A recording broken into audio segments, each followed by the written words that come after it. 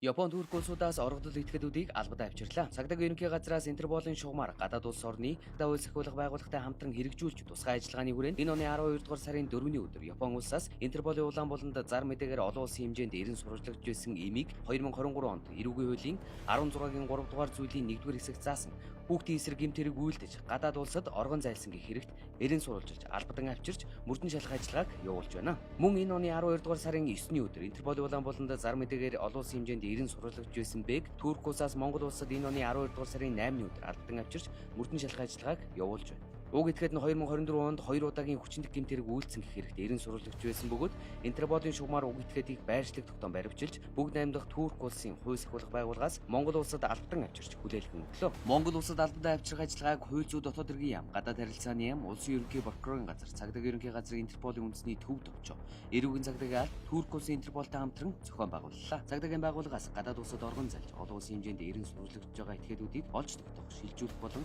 албадан авчрах ажиллагааг идэвхтэй үргэлжлүүлэн зохион байгуулж байгаа тул гадаад улсад оргон зайлсан эрен сурвалжлагч байгаа этгээдүүд өөрсдийн сайн дураар Монгол улсад ирж цагдаа хууль сахиулах байгууллагуудтай хамтран ажиллахыг анхааруулж байна.